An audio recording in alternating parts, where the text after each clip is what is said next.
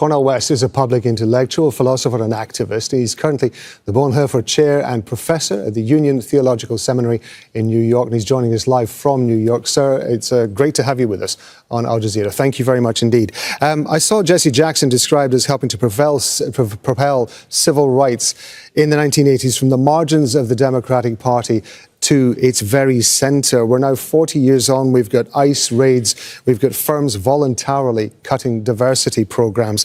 Have civil rights in the US now become so fragmented that a single voice would struggle to unify people? Well, there's no doubt about that we're living in a neo-fascist moment in the American empire where the vilification, the demonizing, the terrifying of brown immigrants, of so many black poor people, attacks on trade union movements and workers. But the important thing to keep in mind with my dear brother Jesse Jackson, I was just with him, God bless him, with my wife Anahita and his beloved wife Jackie, was holding his hand for almost 2 hours, is that he's a great wave in a river, and that river is a black freedom movement, and that black freedom movement is grounded in a great moral and spiritual witness that has political consequences. And it goes back to 244 years of barbaric slavery. It goes back to another 100 years of neo-slavery, of lynching of Jim and Jane Crow. And Jesse Jackson, born in Jim Crow, Gut Bucket, South Carolina, with his mother Helen and father Noah and stepfather Charles, coming out of Springfield Baptist Church. He does, in fact, meet Martin Luther King Jr. and Andy Young and Diane Nash and James Lawson and Fannie Lou Hamer in the 1960s. But he's a wave, and they're waves as well. So an important thing is we don't want to isolate him. He's part of this great tradition of black freedom fighters and black love warriors in the face of hatred and unbelievable courage in the face of terror. And we're at a moment now where it's very hard to keep alive the great legacies of Jesse Jackson and Martin Luther King Jr. because we got too many black leaders who are weak and cowardly. We don't have enough institutions strong enough to make the connections between what's going on here in New York City, what's going on with genocide in Gaza, what's going on with various attacks of folk in Tehran, what's going on with the attacks in Venezuela. It's a moral issue. It's a moral consistency. He was not an ideologue. He was a moral and spiritual Christian minister. In the way Malcolm X was a Muslim minister, and they both believed in the fact that each human being is made in the image of a mighty and loving God, and each person has a dignity and a sanctity that the world didn't give them and the world can't take away. So Jesse Jackson is very important, not to in any way reduce him to just a civil rights activist.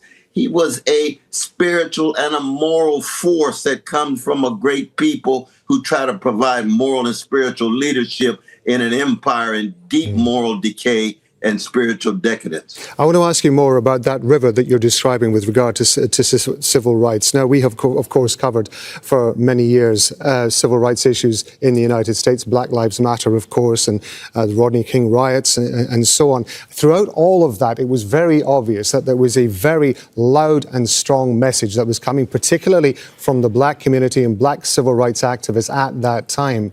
With everything that we have been seeing since the Trump administration came in, I refer to the ICE raids, the diversity, the cuts in diversity, DEI programs and so on. For those of us outside the United States, those voices seem to have gone quiet. Have they actually been silenced, or are they changing the way that they draw attention to these issues? Well, it's a wonderful question. They're never silent, my brother. There's always a cloud of witnesses every generation. And you keep track of Wendell Griffin. My God, towering brother in Arkansas. My dear sister Melina Abdullah, who's my vice presidential candidate when I ran for president just a year and a half ago with Black Lives Matter, the Black Lives Matter grassroots, not the Black Lives Matter corporation that's involved in all kind of scandal, but grassroots. There's always a cloud of witnesses. It's just not as strong, my brother.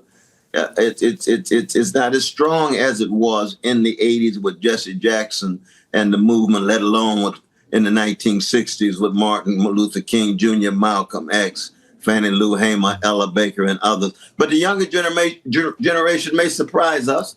They may recover the courage, recover the vision, recover the grit, the zest, the unbelievable gusto of conviction and commitment of global solidarity of oppressed people around the world, and grounding their struggle in what has been 400 years of vicious attack on black people in the history of the United States.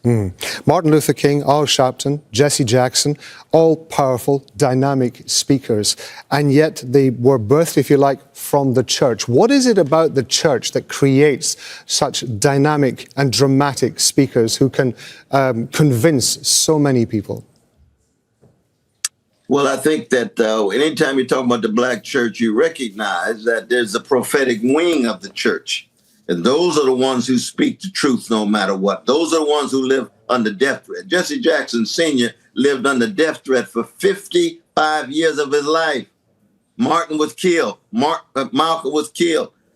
Ella Baker was attacked. Fannie Lou Hamer was beat down. So there's a courage, but it's a prophetic wing of the black church.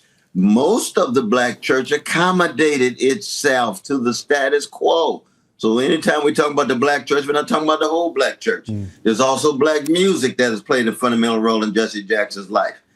His favorite artist was Bobby Blue Bland, who's one of the great artists of the 20th century. Dropped out of school in 3rd grade. But it's the kinetic orality in speaking, in singing, the passionate physicality of putting your body into what you are doing and putting your body where your mouth is, where your beliefs are. So you're right. There is an oratorical genius that flows out of the best of the black church, but it's the prophetic wing. Same is true with the mosque. Malcolm X, magnificent speaker. It was the prophetic wing of the mosque. Not all the mosques. No, many of those mosques conform themselves to the powers that be, to empire, to white supremacy, to patriarchy.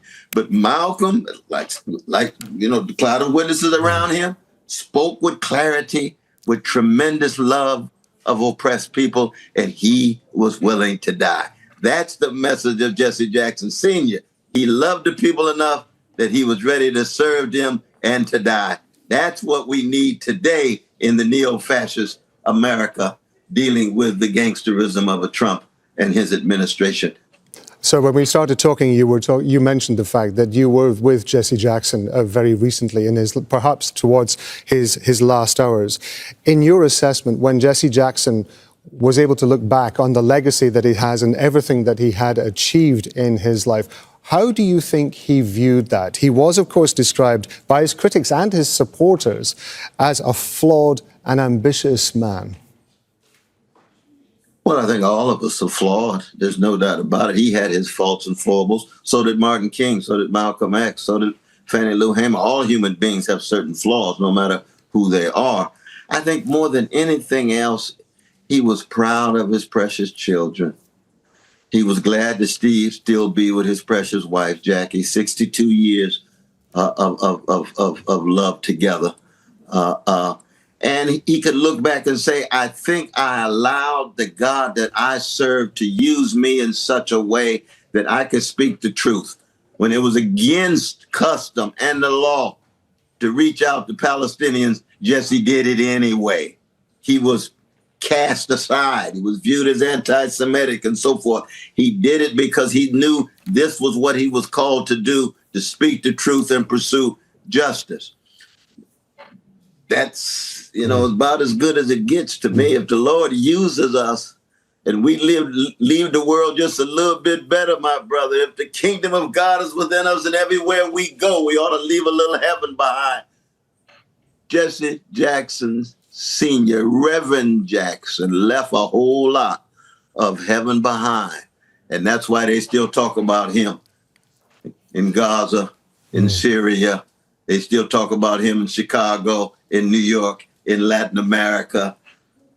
What a magnificent life. I just thank God that we had him as long as we did, my brother. Just one final question, sir. Do you think that Jesse Jackson was a man of his time. Do you think that Jesse Jackson came about because of the circumstances that he was living through? Or do you think that he helped to, do you think that we now need another Jesse Jackson? Well, I think every person of greatness, and I understand greatness in the biblical sense, he or she who loves and serves the people, the least of these poor and oppressed people, that they are not thermometers, they're not reflections of their time, they're thermostats. They shape the climate of opinion of their time. So he's both timely, he's grounded in his time, and he spoke his truths, he bore witness, but he also transcends it because he speaks to us very directly, not just in the American empire, but around the world.